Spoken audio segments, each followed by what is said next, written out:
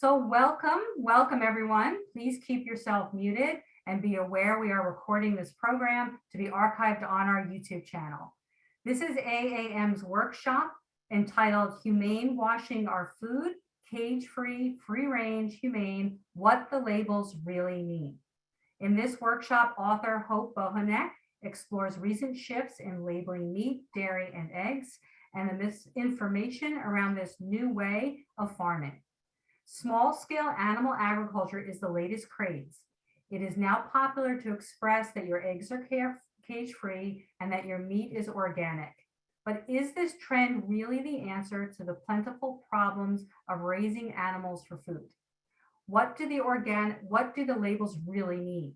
Is free range better for the environment? Is organic more humane? Is there really happy meat? This presentation offers answers to these critical questions and more. So my name is Michelle Granberg, and I'm your moderator tonight. I'm a mentor and team member with Animal Activism Mentorship. I'm located in New Jersey, and I've been a vegan and activist for over 5 years. AAM's mission is to eradicate violence and build a culture of empathy and compassion, which ultimately results in animal liberation. We strive to build a global community of activists through our free online program dedicated to pairing experienced mentors with those who want to increase knowledge, gain experience, and develop confidence in their activism. Additionally, we offer free workshops that train and educate our mentors, mentees, and the public on various aspects of animal rights activism. We're proud to announce our strategic alliance with one of the oldest animal rights organizations in the world, Farmed Animal Rights Movement, or FARM. If you're interested in becoming a mentor or a mentee or want to get more involved, please visit our website, animalactivismmentorship.com, and follow both AAM and FARM on social media. Now I'd like to introduce our guest speaker. Hope Bohanec has been active in animal protection and environmental activism for 30 years and has published the book, The Ultimate Betrayal. Here it is. Is There a Happy Meat? She's the executive director of Compassionate Living and host of Hope for the Animals podcast. She's co-founded the Humane Hoax Project, the Ahimsa Living Project, and has organized hundreds of online and in-person events over the last 3 decades. Hope has worked for the national nonprofits United Poultry Concerns and In Defense of Animals and contributed to 2 anthologies. So I'm going to turn it over now to Hope. And hold your questions. We're going to have a Q&A portion after Hope speaks.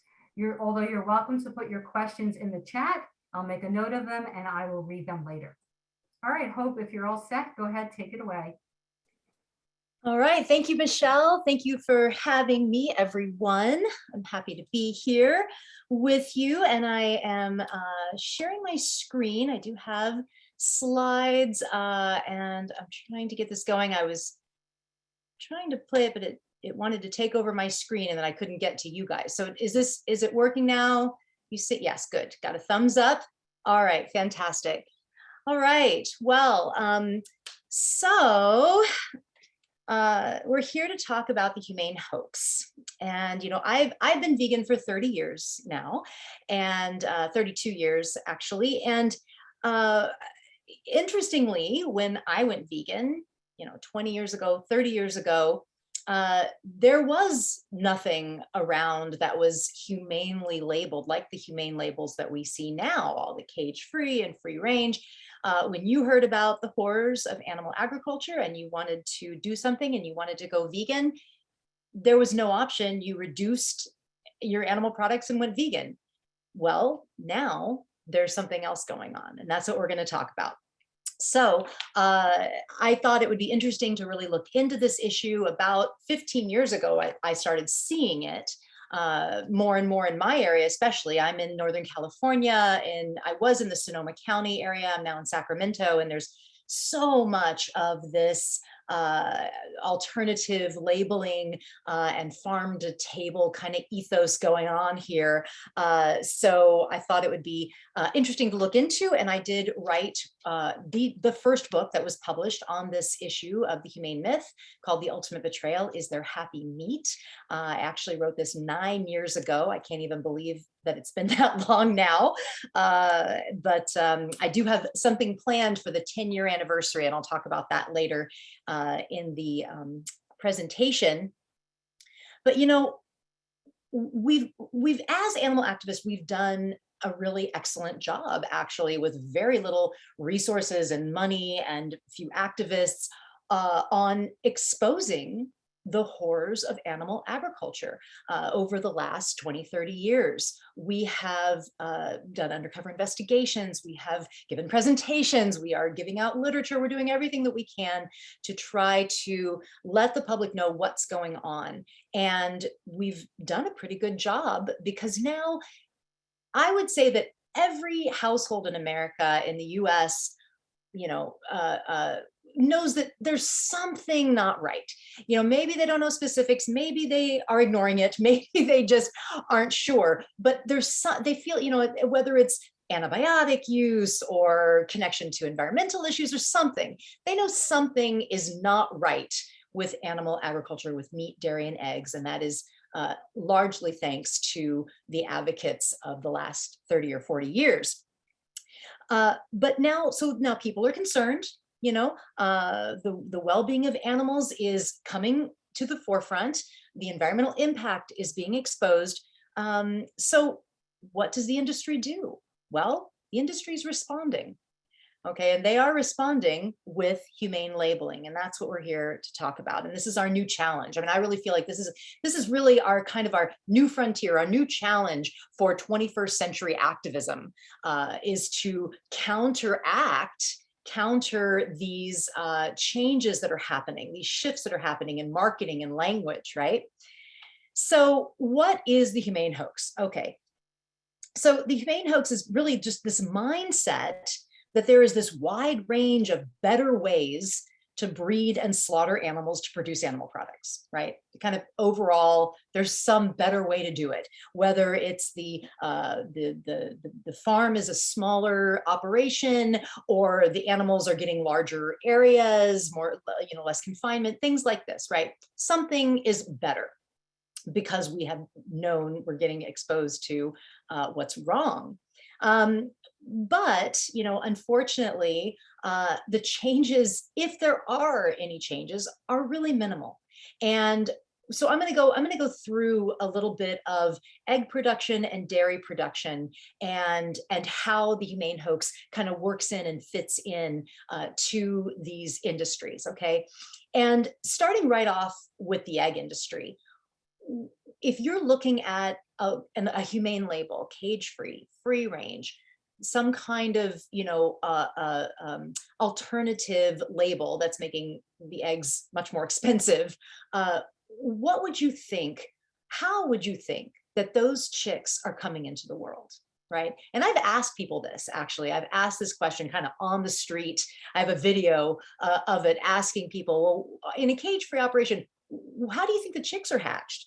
Well, this is what people think. Of course, they think that the chicks are, you know, that there's a mama hen and she's in a nice warm nest, and she's, you know, dutifully sitting on the eggs. And do you know that this is, there's such a beautiful thing that happens with chickens and mama chickens and their eggs. They actually, even when the babies are in the egg, they talk to each other, they cluck and coo to each other. The babies can tell the mama hen that they need to be, you know, warmer or turned, or she knows what they need from clucking and cooing and communication. It's just such an amazing, beautiful thing. Well, guess what? All that is denied in all egg production. And this is, of course, what the reality is. The chicks are hatched in these, you know, metal drawers in the hatcheries by the millions, the billions. They're thrown onto conveyor belts, thrust into a world of machinery, They're, of course, sexing these chicks here in this picture where the males are being tossed into one chute, the females into another. These are the chickens that are bred specifically for the egg industry because the males are worthless. And I know a lot of us already know these things. This is all probably starting to sound very familiar, but the reason I'm going through this is to show that there is no difference. Nothing in the beginning of their life, often in the middle, and at the end of their life, nothing changes with these labels. So that's kind of why I'm going through all this again. I'm sure some of you already know about this, but of course the males are worthless. They don't grow quickly enough to be profitable for meat in the egg, with the ones that are raised or bred for egg laying. So the males are thrown away. They're thrown away by the millions, suffocating on the weight of their brothers, dying of dehydration, exposure in the backs of hatcheries. Some are ground up alive, going down the conveyor belts into the maceration machines. This doesn't change. None of this changes with humane labeling, with cage-free, with free range. Pretty much across the board, all of this is still happening because farms can't profitably hatch their own chicks. They're having to source the chicks from the hatcheries. And this is what happens no matter the label. Okay, so like I mentioned, I live in Sonoma. Well, I've lived in Sonoma County for 30 years. Just moved to Sacramento, which is a couple hours away. And there is a lot of small scale farming going on in this area, both chicken and chicken meat, dairy, and eggs, all going on. And for the chicken industry, for the egg industry, I have gone on and investigated. People ask me or say things like, you don't know what you're talking about. You're not a farmer. Well, I've been to these places. I used to go often and just go drive around and walk right up to these farms. And these are some of the pictures I've taken and some of the things that I've learned just from my own experience. So when you walk up to a chicken egg farm, this is, Petaluma, Sonoma County, all on the west coast of Sonoma County and Marin. When you're walking up, these are the signs that you often see. Keep out, biohazard, right? You see these signs all around the property. Well, if you're brave enough to kind of move past these signs, this is often what you see. And it's just rows and rows and rows of windowless, long buildings. Now, what don't you see? Chickens, right? You don't see chickens. It's very, very rare to actually see chickens. Often what you see are these buildings. Now, it's interesting to note that as the industry has shifted and there's now cage-free and free range and all these kinds of labels, it's not necessarily that the entire farm shifts to those processes or those buildings. Oftentimes what you find is that there'll be numerous different kinds. There'll be like the first building will be battery cages, the same way that we have been housing the egg layers, the chickens that lay eggs for decades now. That's been horrible and has been exposed as being some of the, absolutely the worst thing. It's true. These battery cages are terrible. They're stacked up. The birds are crammed in there. It's like living in a crowded elevator for your entire life. It would be so miserable, absolutely miserable. So yeah, it's good to get them out of the cages. I don't want to say that that's not important. But we have to look at a bigger picture here, and that is the totality of their lives and the conditions in supposed cage-free. So we'll get there. But what you'll find is that there'll be, one building with the battery cages, and then right next to that building is a cage-free. And when you go up and peer in, this is often what you'll see. Okay, you'll see thousands of birds crammed into these buildings, just dark, windowless, crammed in there. It's the particulates in the air. It's hard for them to breathe. The ammonia, all the waste that they're living in, burns their nostrils, their throats. It's miserable. It's monotonous. It's still a horrible existence. So, yes, it's good to get them out of the cages, absolutely. But this is not an ideal life for these birds. This is certainly, in some instances, not better. Maybe slightly better in some cases, but it was very case by case. Moment, recorder. Someone needs to mute, please. Thanks. But it's very case by case. I went to numerous farms where I saw conditions for these birds that had the same labels, cage free, and the conditions were very, very different for the birds. Some better, some much worse. So there's something to keep in mind with all these labels that we're talking about. There's zero regulations on a lot of these labels. Zero regulation. It's basically the farmer's own just his word, really, for the USDA, FDA. Basically, they just fill out a form, send that form in. There's no on-site inspection. There's no one that comes out to check. They can say what they want. And the reason I put free range on this picture is that they could have this exact barn and just have a door that opens to a little, 5 foot by 5 foot mud patio or concrete patio where maybe, only 35 of the birds could fit out in. and because they now have access to the outside, they could call that free range, even if they only open the door for 5 minutes, because there's no restrictions or limitations on how long they have access to the outside. So it's all very, very by the farmer, and at his discretion, his or her discretion. So, and the other thing before we move on that I just want to say about cage free, because this one is so huge now, and we have a great deal of the animal advocacy movement focused on cage free, and really there's been a lot of energy and resources that are going towards moving big manufacturers to cage free, things like that.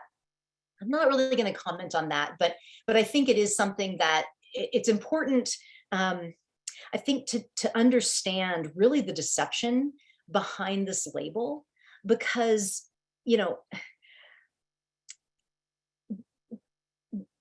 basically there's so many horrors that these birds face, and we have funneled all of the issues, all of the problems into this one thing, the cage. Okay. And now the industry has responded. They say, hey, we did what you wanted. We got rid of the cage. Now they're cage free. And suddenly all the other horrors that they face, debeaking and the hatcheries and the slaughter, all that just gets kind of washed away with this one, with these 2 words, cage free, right? So it's frustrating that they have successfully changed the story, changed the label. They've changed consumers' conceptions. And now, instead of foregoing eggs and not eating eggs, people feel they have this humane option. But the reality for the birds is stark, as you can see. So it's again, yeah, it's frustrating, but it's certainly a very misleading label. Even though it's literally true, it's misleading. But not necessarily literally true, because there's also enriched cages. I haven't even gotten into all that. And that's just larger cages that can still be labeled cage free. So there's so much to it. But with time constraints, I'll move on. All right, so I want to talk about dairy production. And again, the story is going to sound familiar, because very little has changed or does change with a label like, and now we're talking about labels like organic or certified humane, right? There's still artificial insemination, babies taken away at birth, disease and sickness often not treated. I'm going to talk about all these things.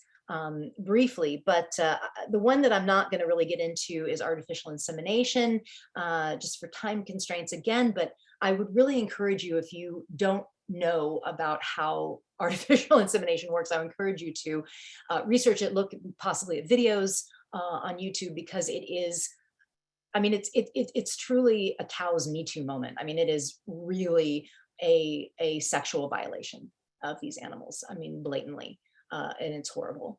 And this, of course, doesn't change with the humane label, because it's just the easiest and most profitable, less expensive way to inseminate the cows and make sure that they're pregnant, and can lactate and give milk, because of course cows only give milk when they're pregnant, have given birth, and are lactating.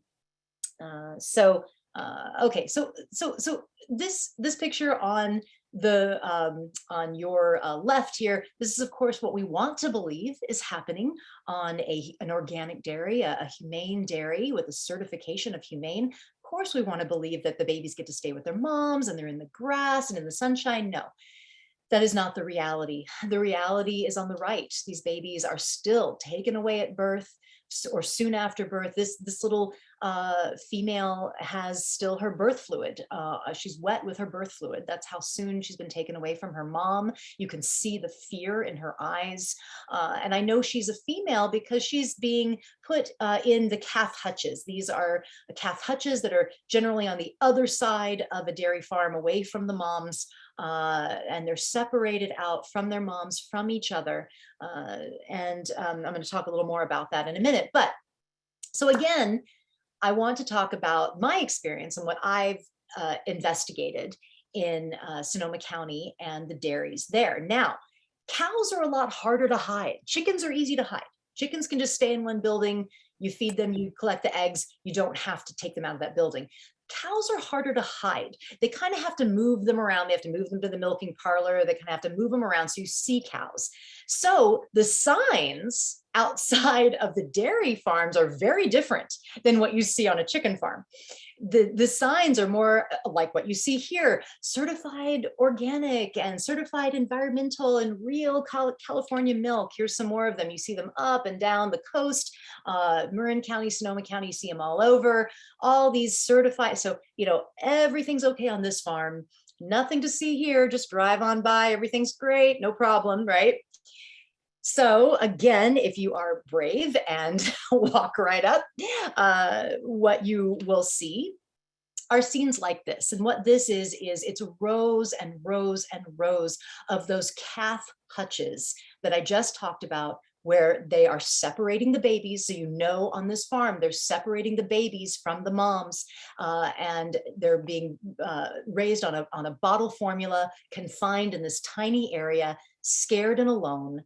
And then, so this is a picture that when I actually went on a tour at a farm, a dairy farm was having a tour. So I went on the tour. This is back in maybe 2000, I don't know, 6, 7, 8. And they were having a tour, and this was an organic dairy. And you can see that this baby had straw. This is kind of, they had this one, it was only the one kind of set up for us to see, right? With the straw and everything. But this baby is still separated from her mom. She's still frightened, sad, alone, right? But there were other times when it wasn't a tour, and I just went right up myself and saw what was going on. And this is more what I would see: animals in muck and manure. You can see over on the right, this is a little baby male who is curled up there. And I'm assuming that this is a male that's curled up in this mud all alone, because he's been separated from his mom. He wasn't taken to a calf hutch because, once again, just like in the egg industry, the males are worthless in the dairy industry. They don't give milk. So they're a byproduct, and they are sent to slaughter. This little one is probably awaiting a truck to come and pick him up to either go to veal or beef to be slaughtered. So And then you also see injured animals. This cow, this mama cow, her back foot, it's hard to see with this picture, but her back left leg was swollen almost 3 times the size of her other legs. And she was limping on that leg terribly. I spent the whole day actually dealing with this and calling animal control and then the Humane Society and trying to get help for this cow. It was a whole big thing. But you know, you see this all the time with cows just out injured, not being cared for. Another thing about the dairy industry that I want to point out is that, you know, when I went into this work, when I went into investigating all of this stuff, I thought that I was going to be saying things like, well, organic dairy's better, but going vegan's best. And, you know, oh, well, yeah, buying cage-free eggs, that's better, but going vegan is best. I mean, I just assumed that's what I would be saying. I cannot say that, not with any certainty at all from what I've seen, because I have seen situations where it's actually worse than some of the conventional farms that I've been on. And organic dairy is one of those instances, is one of those examples. And what happens is, of course, the cows often have mystitis. Mystitis is a terrible infection of the udder that happens commonly in dairy because of the dirty conditions and the stressful conditions. They get infections of the udder called mystitis. It's very painful for them to be milked. They can sometimes have open sores. The teats get swollen. It's very, very painful, right?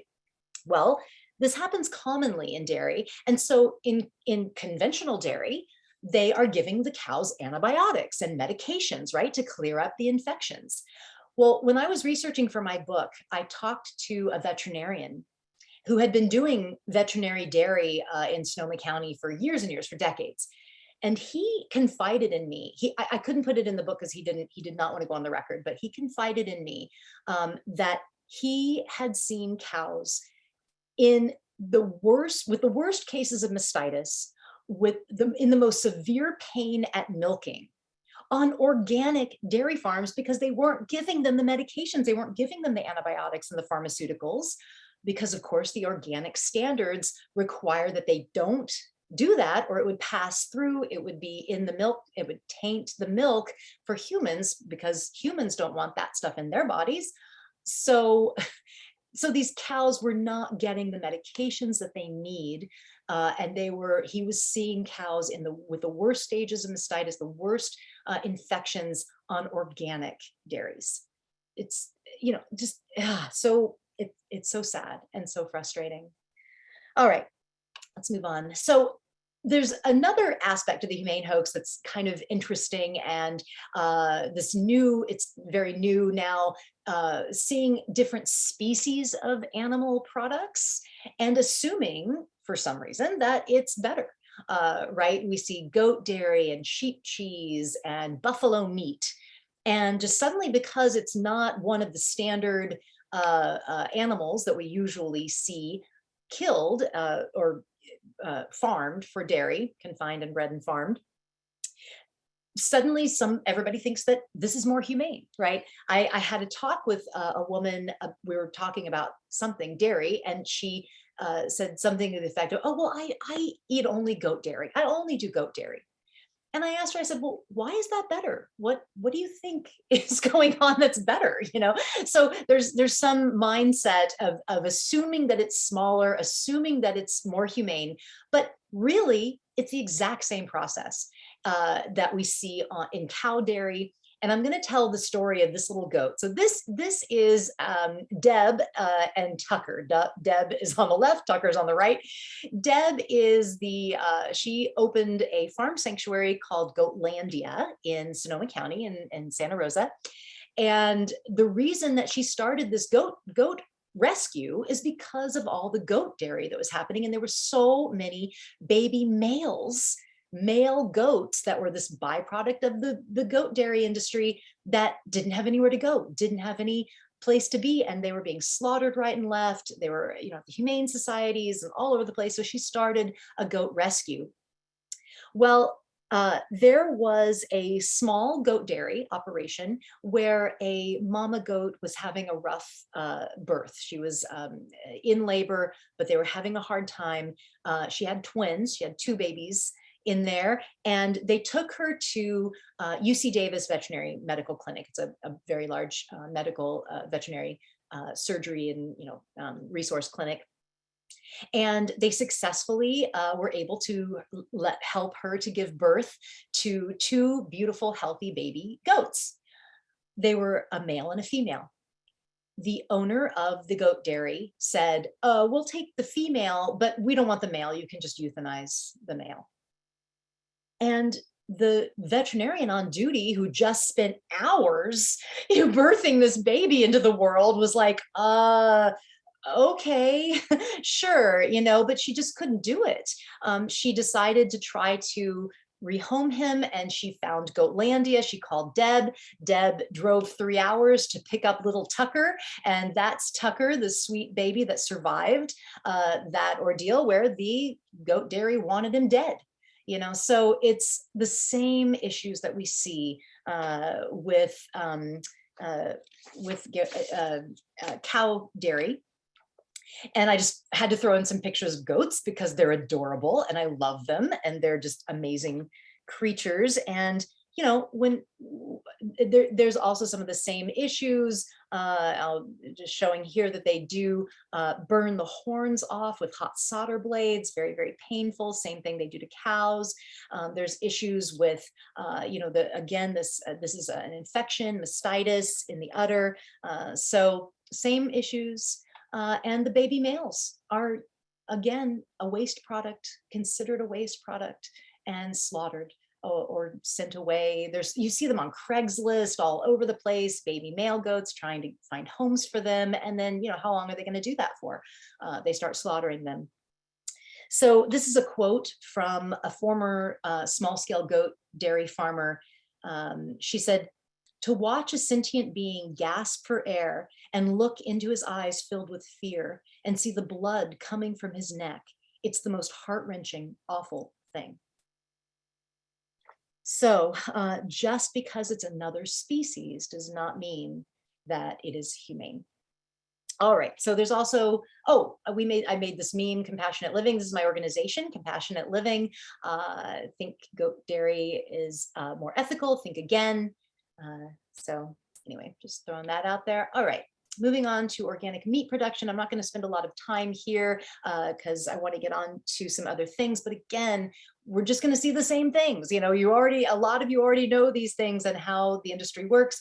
Painful procedures, tail docking, ear notching, tooth filing, castration, all these things still allowed under humane labels without any anesthesia, confined conditions. Transport, same, no regulations different with transportation to slaughter. And how can killing ever be humane? So I did want to talk about a study that this is really interesting. There was a study that was released in 2020 about, it was called The Animal Welfare and Production Challenges Associated with Pastured Pig Systems. And this is a really great study because it's a meta-analysis. It's where they went and looked at numerous articles and studies between 2000 and 2020. So 20 years of studies on organic pork, free-range pork, pasture-raised pork. And these studies, it just underscores the myriad of problems of free-ranging animals. There is this romanticized notion that if we just get the animals out of the cages, if we can just get the animals out of the confinement barns and get them out onto pasture, then everything will be fine, right? Everything will be great. Well, that's not the case. These are domesticated animals. They are not wild animals. They can't fend for themselves. We have bred them and manipulated them to the point where they need our help and assistance to survive. And what they found in these myriad of studies is that there are just all kinds of issues that come with pasturing animals and having them out on pasture.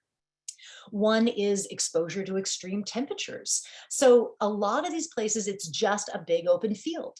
There's not enough shade. There's not enough wind break, trees, stuff like that. It's just a big open field, right? So they have extreme temperatures of heat stress, not being able to get the adequate shade. Lighter colored skinned animals will get sunburn, painful blistering. And then in the winter, of course, there's extreme cold, frostbite, piglets getting hypothermia and pneumonia. They're much more vulnerable to predators, of course, when they're outside. And they have more contact with wildlife. So there's issues with pathogens, especially parasites. And pastured pigs and the pork itself, the meat, has a much higher risk of having salmonella and campylobacter and just all these other horrible things that I can't pronounce that you do not want in your food. And there's also just a complexity in the monitoring of the animals because it's harder to keep track of if somebody's sick, if somebody's injured, right? And treating those animals. So and all of that, this study didn't even look at transportation and slaughter. So there's a whole nother horror, right? So there's so much to all this. But I'm coming back to the labeling and the language and kind of the overall picture of humane washing and kind of wrapping up, because I have a whole nother section I want to get into about kind of how we can take action with this. But wrapping up all of this, there are inherent cruelties in animal agriculture that they just can't be avoided and still produce a profitable product, basically. There's things that a farmer, they can do some things, they can do small things, but there are inherent cruelties they cannot avoid to make their product and still make their product profitable, right? There's just these standard agricultural universal practices that you're going to see no matter what the label. Body mutilations, separation of families, slaughter at a very young age. All of these things are still present in all of these labels. So it's interesting to note, I did want to just throw this in here. There was a survey by Sentience Institute, and in the survey, people that responded said that they felt that 58% thought that farmed animals were treated well, and 75% believe that the products they purchase come from animals that are treated humanely. It breaks my heart that this is what people think. And I believe that the presence of these humane labels is at fault here. I really believe that these labels are exacerbating this kind of effect of appeasing consumers into this false sense that the industry is having this kind of industry-wide shift to more humane processes and procedures, when that's not the case. In fact, if you look at the overall picture, things are getting worse for the animals. So, it's lulling people into this false sense that there is across the board things happening better for the animals, even if they're not buying those particular humane labels. It's very dangerous and very, very just misleading and frustrating. So, okay. In conclusion, with this little section, the only truly humane choice is vegan. I'll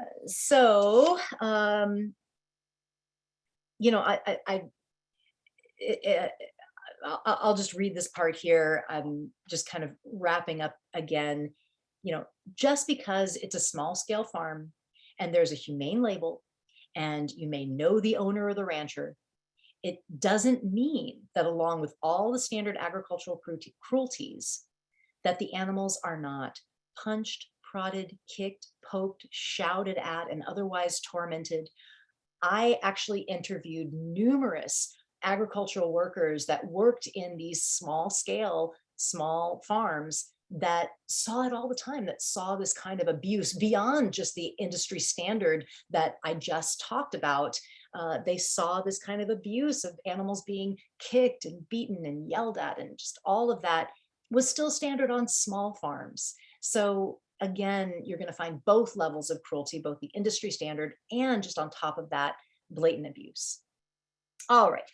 So moving on, I'm going to switch gears to kind of an wrap up session of what can we do? How can we take action? I know that this is kind of an action oriented group, and I'd love to give you some thoughts and ways to think about this, of what maybe you could do to help.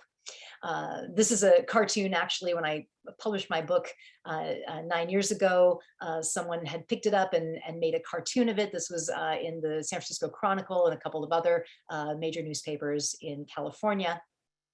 Scratch that grass-fed beef off our shopping list. All right, so first thing, please stop saying factory farming. Why? Whoa, what is she talking about? Okay.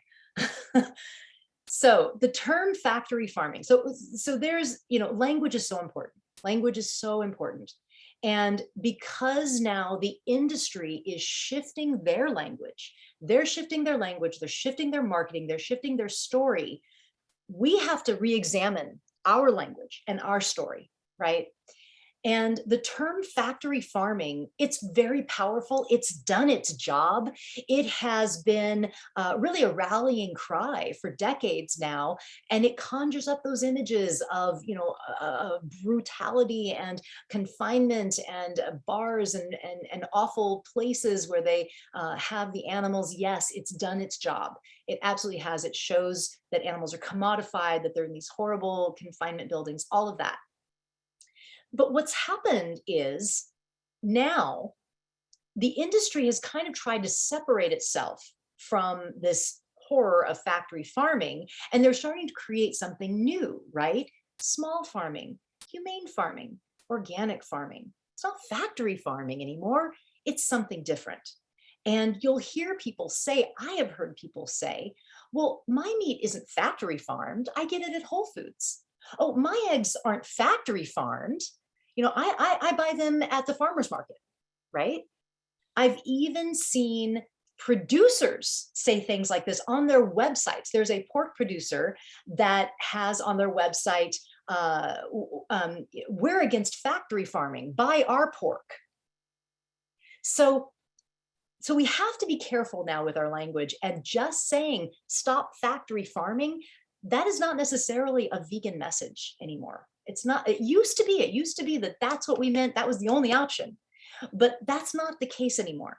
So we have to be really careful of this. Another part of this, or another kind of aspect of this, is that there's this kind of a meme that we have in our language that activists say all the time, kind of blindly and not thinking about it. We say, well, 99% of our meat, dairy, and eggs comes from factory farms. Right? This is I hear this all the time. In fact, I just Googled it quickly and was able to find numerous memes of this 99%, right? Okay, let's unpack this. Let's think about this. So first of all, if you're really thinking that there is some difference between factory farming and small humane farming, this isn't the case anymore, because this, farms with this kind of labeling, humane labeling, is really becoming much more prominent in the industry. So you're going to have to reduce that number if you really think there's some difference. But let's look at that 1%. Let's say that it's the 1% here. Okay, what do we think? What do vegans think is happening on this 1% of farms, that we're telling people with this message that it's okay if you buy your meat or dairy or eggs from this 1% of farms? Do we really think that on this 1% of farms, it's all rainbows and butterflies and everything's happy for the cows and pigs and chickens? No, of course not. We know that even in small scale farming, even in organic farming, especially since I've just gone over it all, that the animals are still suffering. They are still being separated from their mothers. They are still going to a brutal slaughter at a young age. All those things are still happening. So when you're telling someone 99% of meat, dairy, and eggs comes from factory farms, well, that person can now think, oh, but I buy the 1%. I get my eggs with the cage-free label. I get my eggs organic, right? We have to stop saying this. Please stop saying this. And then of course people ask me, well, then what do we say? What can we say, right?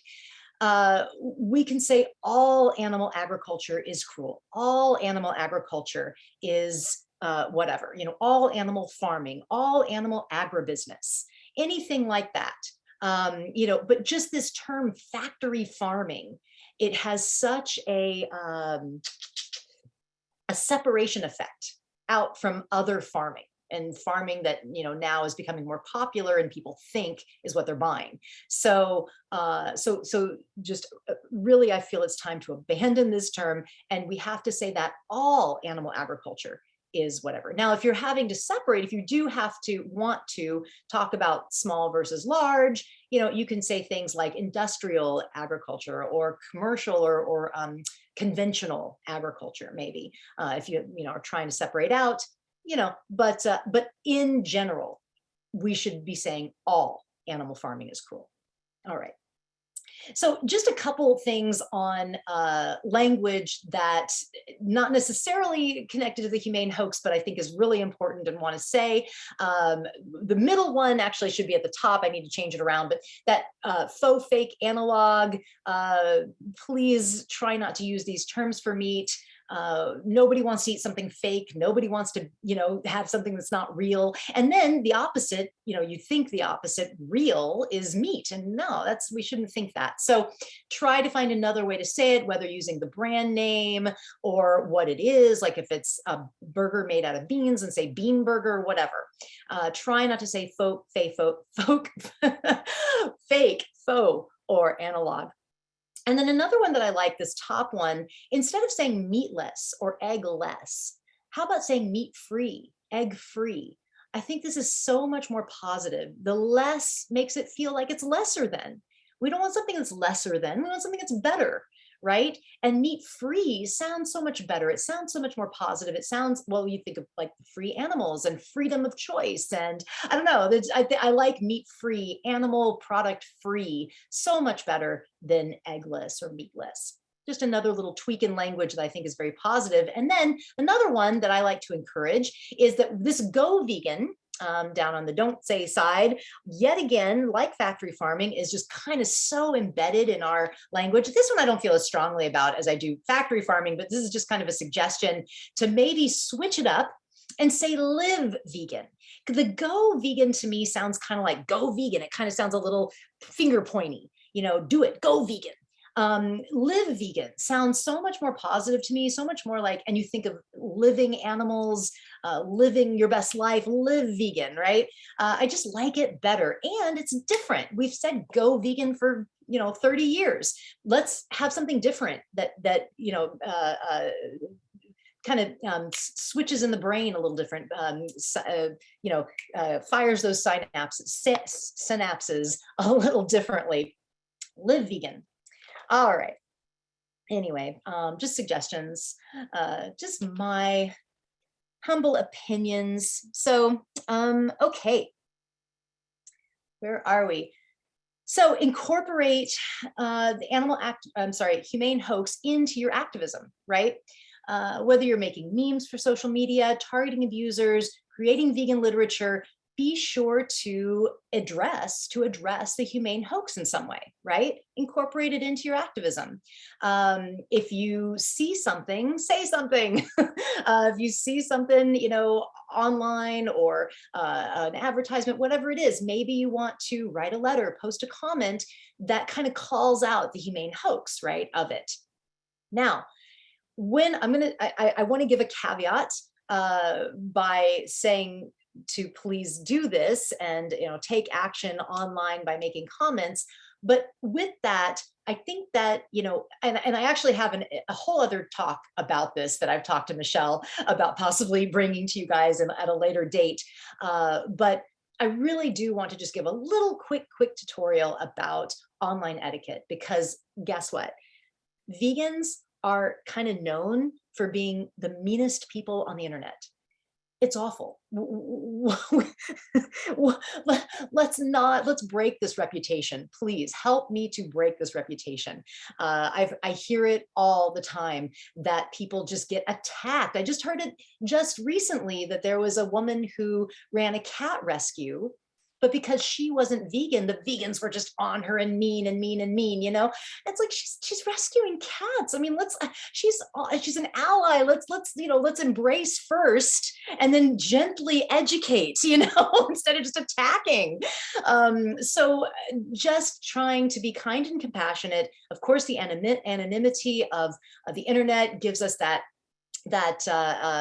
feeling that we can just, you know, throw something out there and you know, we need to really step back, take a breath. Anytime you're feeling, if you're typing something and you're agitated or you're angry or frustrated, maybe walk away for a minute before you hit post, before you hit send. Walk away, take a breath, get a snack, think about it, come back and reread it and think, you know, how would I react if somebody came at me like this? You know, let's try to talk to each other in a way that people will hear you, okay, in a way you would want to be talked to. So that you'll be heard. You know, just getting mad and attacking and, you know, that you're not going to be heard and you're not helping animals doing that. And also remembering it's okay to be angry. I don't want to say don't be angry, because sure, we can be angry, but be angry at the industry, be angry at the issue, be angry at the situation, but not at someone individually, not at that particular person. Right? You know, don't attack personally. Remember to be compassionate to all beings, including humans. And just ask yourself also too, this is another kind of part of it, is it worth arguing about? Is it worth arguing, especially with a troll that's obviously just, you know, doing the bacon thing, you know, and just, is it worth it? I mean, if someone isn't really in a place to hear it or in a good faith argument, you know, or not necessarily argument, but discussion. I mean, if it's an argument, then is it worth it, right? If it's not a discussion, it might not be worth it. And here's the thing, there's a thing called the backfire effect. And we get it too, as vegans. I think we certainly, it affects us as well. And what happens is, so you're in a discussion with someone that's getting heated, and you're putting in all your, you know, your stats, and you're getting all the stats and figures about greenhouse gases and and this and that and the other, and you're throwing it at them. And then that person is going and getting all their stats about how meat's perfect and wonderful and all of that, or whatever it is, and throwing it back at you. You could just be helping them to dig their heels in deeper to their ideologies, to their beliefs. It's called the backfire effect. And it's real, and it's a psychological, you know, thing that happens. And so we want to be careful not to force someone into a corner and make them have to defend their ideology, because you may just be helping them to solidify it.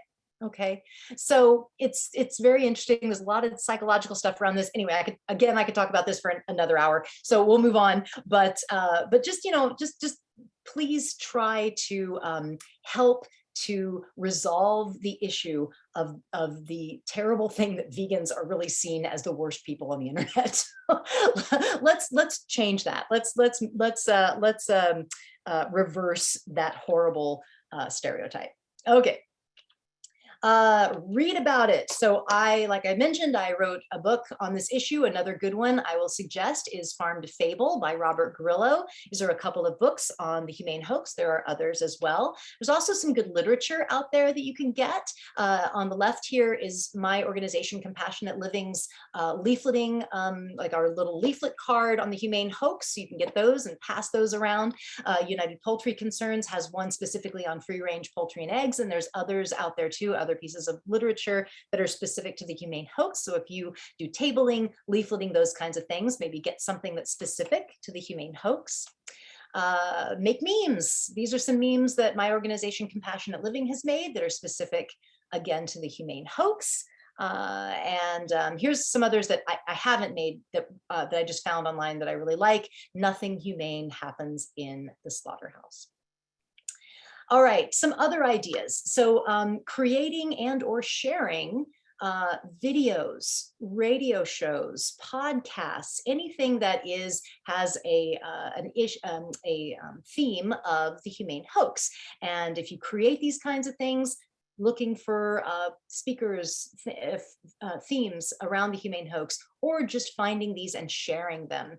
Also writing, of course, writing about this. And then the last one here, targeting a local humane hoax entity with thoughtfulness and much preparation. And the reason that I say it with all of that caveat is that it can be very different when you are doing some kind of protest or targeting of a humane entity in your area. And I'll give an example. So in Petaluma, there is a butcher shop that's right on the main street. It's called Thistle Meats, and it's a small artisan, farm to table kind of artisan meat butcher shop, where everything in there has some kind of free range, pasture raised, grass fed, whatever label. And there was some local activists that decided that they wanted to target this Thistle Meats for a peaceful protest and leafleting. I wasn't part of the organizing of it, but I went to a couple of the protests, and it was really interesting. There was a different level of anger and aggression towards this because of the target, and people were saying things like, well, why aren't you down at Safeway down the street? They're the worst. That's where the real abuse is happening. That's where the real horrors are happening. Why are you targeting them? They're trying to do it better. They're being more humane, right? So it was challenging for those activists, and I helped them actually to create a leaflet that had point by point why they were targeting this particular entity, this particular butcher shop, so that they had a leaflet that was very specific to the issue and to their target that they could give to the people in response when they started getting that pushback. So you want to be prepared and know your issue, know what's going on with it. So, all right. So wrapping up, I've got the few last slides here. I'm going to be wrapping up very soon. And I want to just tell you about some of my book projects that I have coming up. So it's like I mentioned, I think I mentioned that next year will be the 10-year anniversary of my book. And what I decided to do was actually to edit and compile an anthology, a humane hoax anthology. And that will be coming out next year. I already have submitted the manuscript to Lantern Publishing. It'll be published by Lantern Publishing and Media. And I have 18 authors, activists, academics, all that have written chapters, essays to add to this anthology. So that'll be coming out in a year.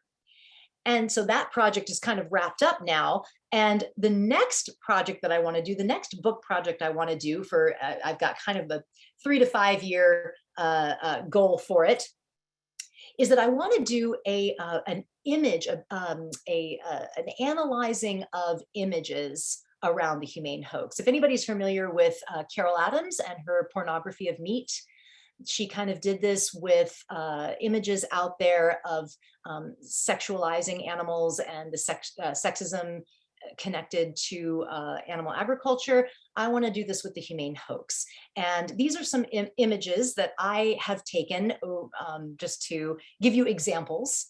Okay, the one at the bottom, Happy Lamb Hot Pot. Yeah, I'm sure that those lambs are really happy in those hot pots. So things like this. This one in the middle, Mindful Meats, you can see that is on the side of a slaughterhouse. That is a slaughterhouse in Petaluma that got a nice fresh white coat of paint, and they wrote Mindful Meats on the side.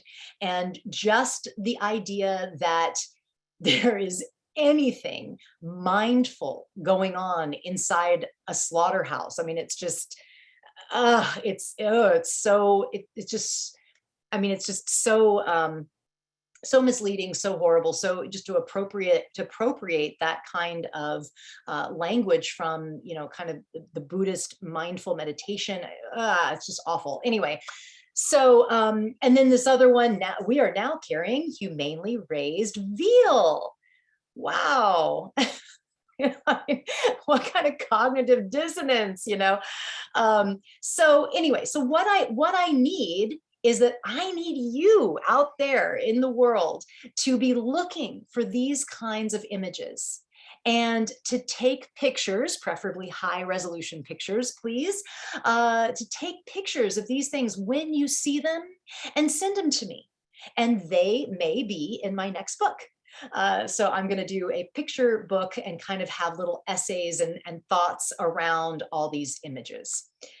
So yeah, so be looking for pictures and take pictures and send them to me, please. All right. Plug for my podcast. I started a podcast in the pandemic because all my in-person events just went away as everybody's did, and I sat wondering what the heck I was going to do for the animals, and they needed me, so I started a podcast. So I've been going now.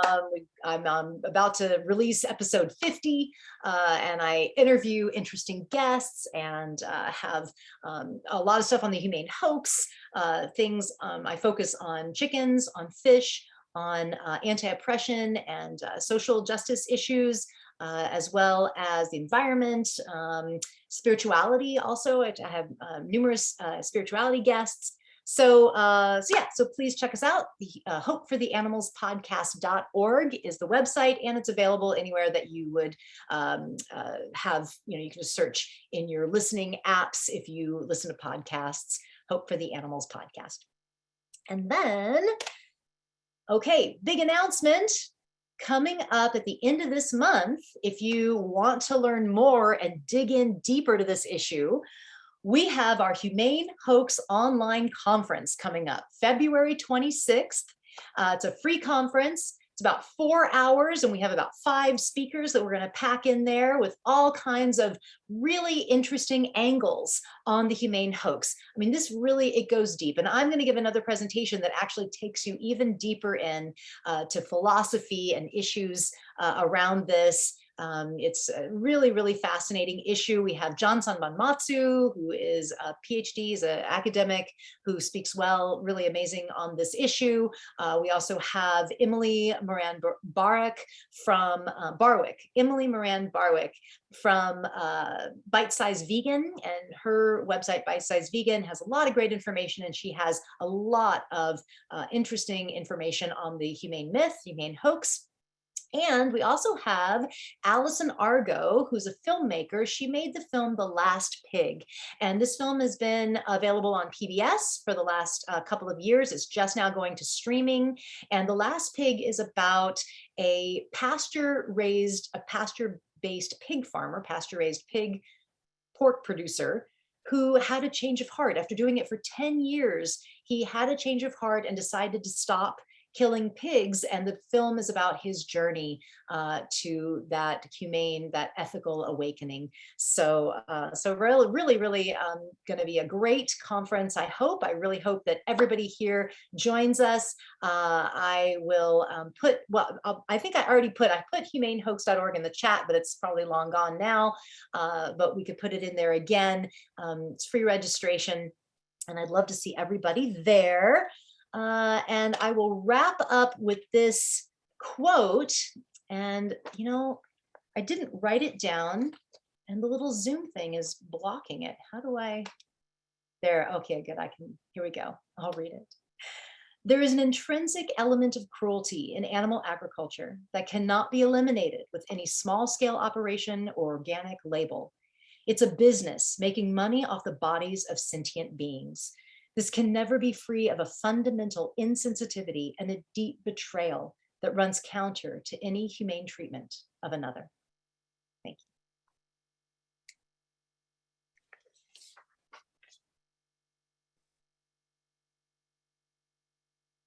That was amazing, Hope. Thank you so much. That was so comprehensive and practical and inspiring. And I'm sure you've sparked a lot of questions. So go ahead and put your questions in the chat. I see Juan has his hand up. But I just wanted to ask you because Nancy Love wanted to know the name of the study that you cited and if you have a link for that. I'm not sure. The pastured pigs one? Nancy, is that the one you wanted? I'm not sure which study you meant, but probably the pastured pigs one. You know, I don't have the link, but I can type in exactly what it's called so you could Google it. I'll do that while you go on to another question, I'll do that. Okay, good. So Juan, you want to unmute and ask your question? Hi, can you hear me? Yep. Great. I just wanted to say this was an amazing presentation. Thank you so much. I learned a lot, and some things that we sometimes don't think about. It's good to hear from others because then we become more conscious when we're speaking and doing outreach and stuff like that. So I think this was great. I really loved it. I did want to make one comment. Hope was great. I felt like she was a little too mean and aggressive. I'm just kidding. My point is that we're all going to get accused of that, no matter who, you know, we could be on our best behavior. And I think that, you know, people are always trying to deflect and change a conversation and talk about how we're not doing it right and all this kind of stuff. And we could be doing the best that we could be doing, and we're always going to get accused of that. So, you know, I just feel that our activists, you know, don't feel like you're not doing it right. You know, sometimes you're going to get accused of not doing it right, even if you are. And, you know, and of course we can always try to improve and be aware of how we're speaking to others. I think that's very important. And, you know, it's a learning process. We're always improving. There's no perfect activists out there. We can always do better. So I appreciate those words. I just wanted to kind of mention that. Yeah, I totally know what you're saying. I mean, it's one of those things where, you know, I remember conversations with my family where I wasn't saying anything. All I was saying was that I am vegan or I'm eating this way or whatever it is, just very personal. And they would reflect that I was being attacking or that I was, and it's like, no, I think people have, you know, they feel guilty. They have this kind of, mechanism of protection, and no matter how gently or lovingly you say something, they may read it in a different way. They may read it because they don't read it that way because they don't want to hear it, and I totally understand that. But what I'm talking about is actually blatant aggression, you know, and it's out there, and vegans do fall into that. So that's kind of what I'm talking about, is people being just really, you know, saying horrible things directly to people, to other people. So just kind of trying to, you know, to soften that. Yeah. Thank you for that comment, Juan. Very good. And oh, Hope, do you want to stop your screen share? Sure. I had it on the conference so people could be reminded of it, but yeah, I can do that. Perfect. Okay, Shreya, do you want to unmute and ask your question? Yes, thank you so much, Hope, for that great talk. I have, I guess, well, one main question is, so I was at a sit-in disruption at Starbucks about, you know, about dairy, very peaceful, just holding up a sign about, you know, that had the truth about the dairy industry. And a lot of people were very positive and they're like, yeah, we don't like having to pay extra for oat milk. And a couple of young women came up to me. They're like, hey, this is oat milk. I wanted to let you know. And I really love oat milk. And I was like, okay, great. And there was this one woman who was kind of sitting, this is at like the Starbucks Reserve in Chicago, like the roastery, the really big fancy one.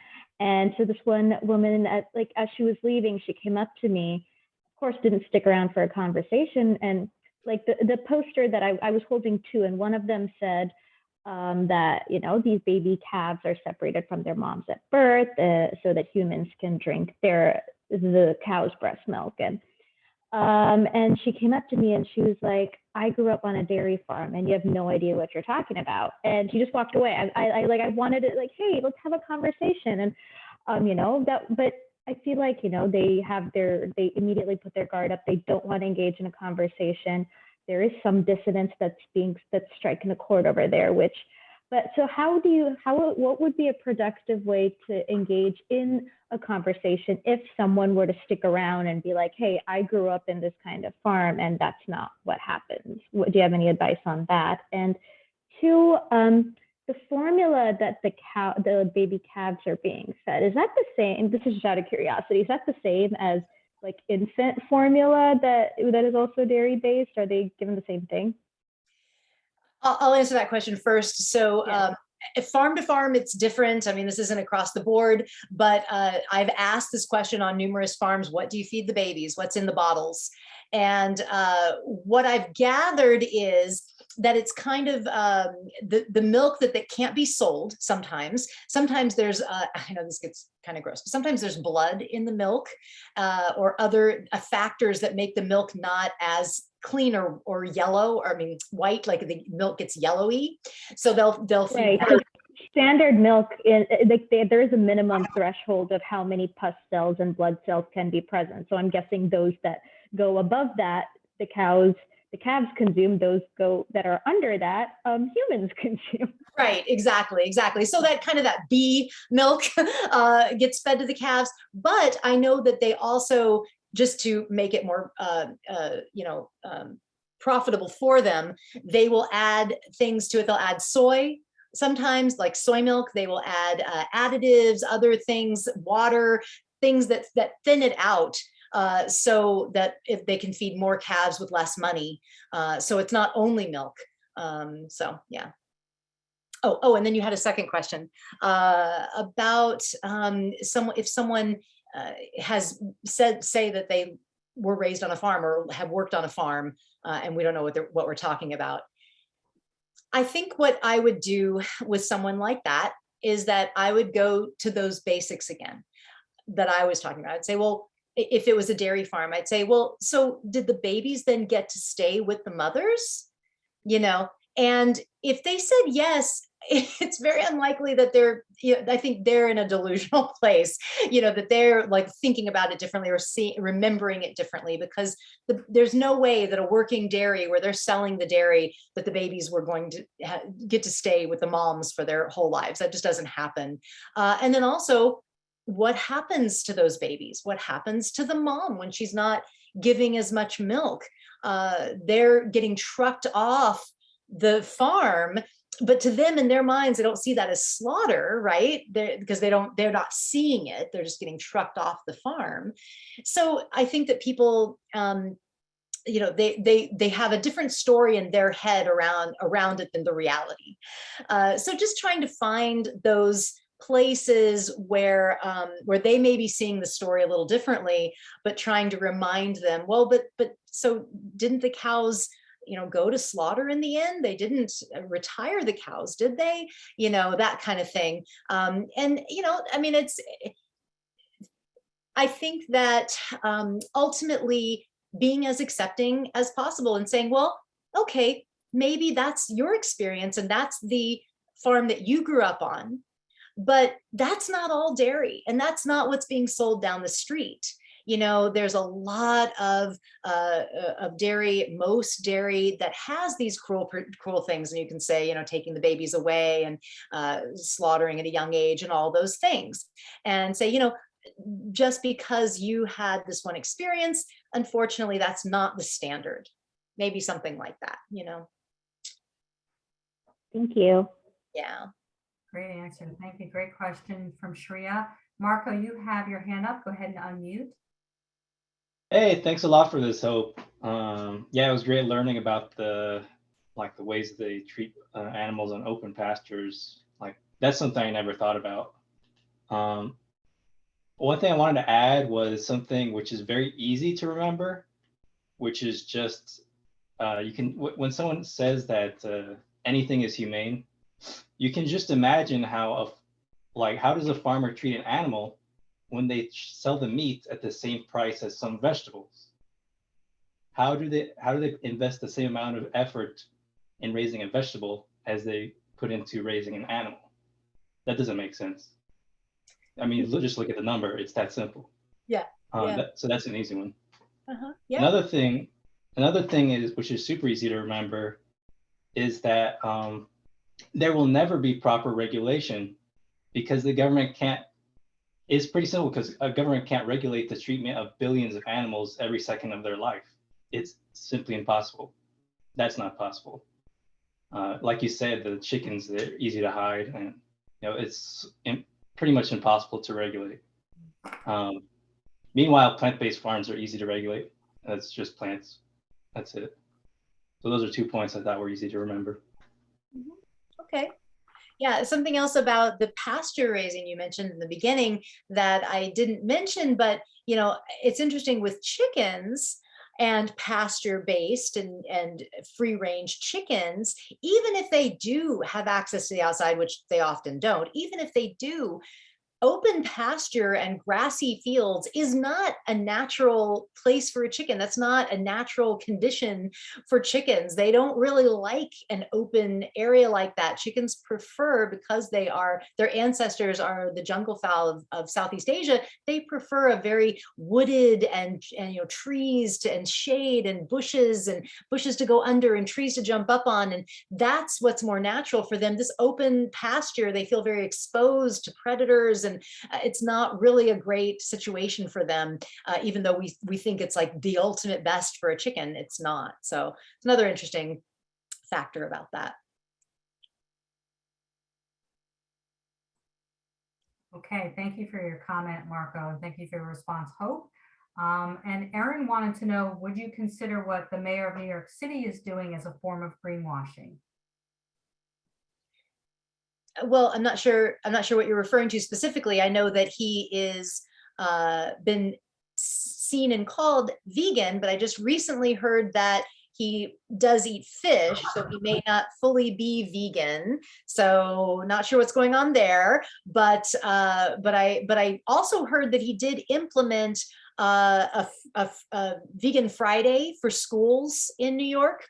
So all schools serving vegan meals on Friday.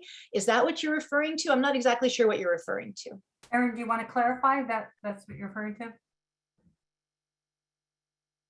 Okay. All right, so does anybody else have a question for Hope? Did I miss any questions in the chat? Please repeat them if I did. And thank you, Erin, for that last question. Or raise your hand if you'd like to ask a question. I think Hope answered so much that. Well, there's so much more to it. Please, so much more. Yes. I'll say, please come to the conference, because you don't even realize how deep this goes. It's amazing how much the tentacles that, the places that this can go. And I have a whole other talk getting into philosophy and around the farmer and know your farmer and stuff like that, and just all these interesting angles to it. So please come to the conference. Join us at the conference on the 26th. Yeah, I highly recommend it. I attended. That's how I think I found out about you and so many others. It's really, really wonderful conference, online, free. I do see a question that's kind of outside my expertise, because it's about kids and I don't have kids, but it's about kids. It says, how would you handle a birthday party where your child is vegan and the treats are not? I hesitate to answer questions about kids and vegan kids, because again, it's just not my area of expertise. And I feel like, parents have to kind of go with what they feel is going to be the best thing for their family and their kids. But someone suggested to bring their own treats. That's of course, a possibility. But yeah, I mean, I wouldn't have a kid because I wouldn't want to have to deal with that. but I'm glad people do. I'm glad there are vegan kids out there. But yeah, I'm not going to touch that one, I don't think. Did someone? Yeah, so, it looks like Nan has her hand up. Yeah, well, let me and thank you for, if anybody else can help address the vegan kid question in the chat, that's great. Yeah. AAM also did a whole workshop on vegan kids with vegan parents of vegan kids. So you can find that on YouTube. And also I follow Mayim Bialik. She gives some great advice on social media. She's vegan as well. Okay, Nancy, do you want to ask your question on Yeah, it's actually a statement. Let's see, I'm outside and it might be a little noisy. I live in the country and it's agricultural here. And even though farm animals are not supposed to live in this tiny little community, there are some. And I just wanted to point out that there are exceptions. And I've had to really step gingerly. There are people that do not separate the calves from the mother, except on rare occasions. One of them was right next door to me. And that calf did stay with them. I actually offered to buy the calf. They didn't let me. But occasionally they would separate that calf for one night so that they'd get more milk. And it was horrible. I would hear the mother crying all night long. So there are exceptions. This is for family use. They've offered me for my animals, but I say no, because hearing that, I never wanted to hear something like that again. So that's it. Okay. Well, yeah, I mean, you know, of course, there's exceptions when you're talking about non-commercial or milk, dairy, eggs that aren't sold.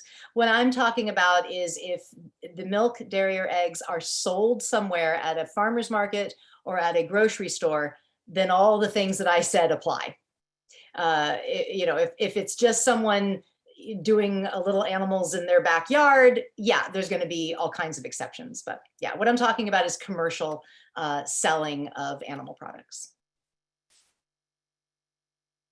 Great, thank you. Thank you, Nancy, for that comment. Anybody else have a question for Hope tonight on what she presented?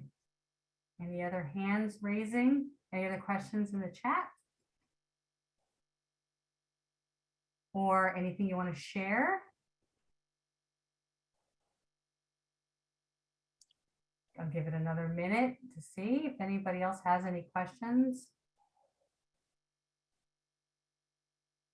I guess, well, I'll give it another minute while we're waiting for that. I'm going to put Hope's book up again, even though she, there it is, The Ultimate Betrayal.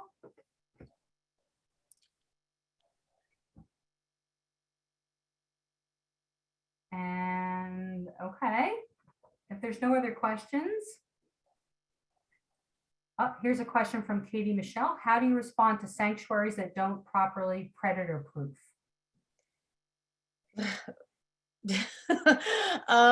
Well, yeah, sanctuaries are not my expertise either, but I would think that that's something that should be addressed gently and one-on-one with the owners. I would try to first talk to them about the importance of it, get information about how they could do it. There's a lot of resources out there. There's wonderful resources online. There's the sanctuary, what's it called? There's a whole resource website on sanctuaries, setting up your sanctuary, how to do a sanctuary. Oh goodness, Love and Arms Sanctuary is connected to that. They've set that up. I can't remember what it's called, but anyway, yes, the Open Sanctuary Project. Thank you, Sina. That's exactly it. And so get information about how they could do predator proofing, and then gently and one-on-one approach them. I wouldn't start with a public post or a public attack. Try to talk to them directly first, see if you can, help, see if you can get some friends together to offer to do it, get volunteers. And if all that fails, then maybe some kind of a public comment or campaign to try to get them to do it. But I would think that if they're a sanctuary and they care about the animals and that you help them make it easy for them, that they'll figure it out. Excellent. And come to the Humane Hoax. Yes, please come to the Humane Hoax online conference Yeah.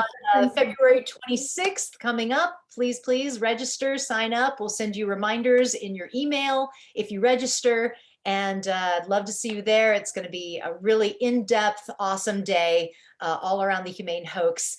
Yeah. And Sina is one of our speakers right there. in the chat. And So Justin Van Cleek from Triangle Chicken Advocates and the Microsanctuary Movement. Justin Van Cleek is my co-conspirator. He's my co-organizer with this project. We have this Humane Hoax Project. That's humanehoax.org. That's our project. And then we have this conference as one of our campaigns for the project. And Justin Van Cleek is the co-organizer and will be my co-host for the day. Yeah. So they can go to that website to register for the conference, right? To find the link. Humanehoax.org. Yeah, the homepage has a link to our conference page and the registration page. So, Perfect. Yes. Perfect. So if there aren't any other questions, I want to start to wrap up because we've been going for a while and we have lots of great information to process. So I don't know, Hope you have a couple of final words and then I'm going to do some announcements and we'll wrap up.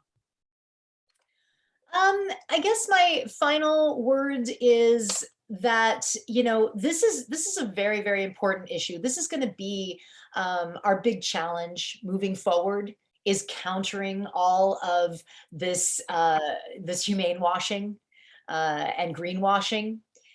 So I think that we've got to be very conscious of that. All the information that we've learned up until now may not apply the next 20 years. We've really got to shift things, shift our language, shift our perspectives and how we approach you know, speaking about this issue, because these humane labels are popping up everywhere and people are thinking that everything's fine now. They're thinking that things are improving and everything's going to be fine. We can eat animal products, don't worry.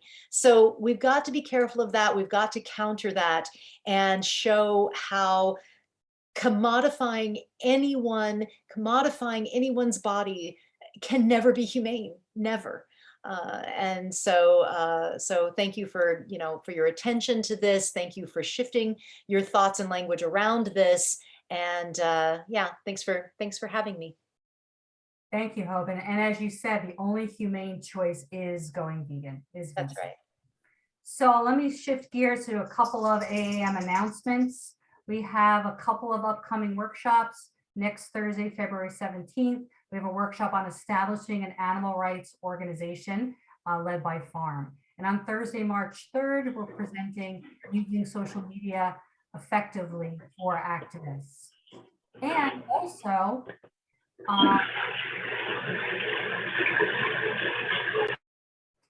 the AAM Atlanta Assembly is coming up on the 19th through the 26th of this month, February, hosted by AAM. And this is a live event taking place in Atlanta, Georgia. It is not too late to register. It is going to be 8 days of back-to-back, basically, live activism with many of our mentors and mentees and activists from around the country. Converging in Atlanta. There'll be hands-on experience. Even if you have no experience in activism, it's a great way to start to get some guidance on campaign tactics, lots of forms of activism, outreach, vigils, sanctuary visits, and so much more. And you can find all that information on our AAM page and within our group. And on our website, or you can reach out to me. So that's it then. Thank you, Hope. Thank you all for being here, and thank you, Hope, for your time and wisdom. If you're interested in becoming a mentor or a mentee or want to get involved, please reach out to any AAM mentor or visit our website, animalactivismmentorship.com. And that's it. Folks, thank you so much for being here. I just really hope you'll take this message. If you have a couple of takeaways, what you're going to do after this, feel free to put that in the chat. But I will just say, from both me and Electra, thank you for being here. Stay strong, activists, and live vegan. Thank you, everybody. Bye. Thank you. Bye.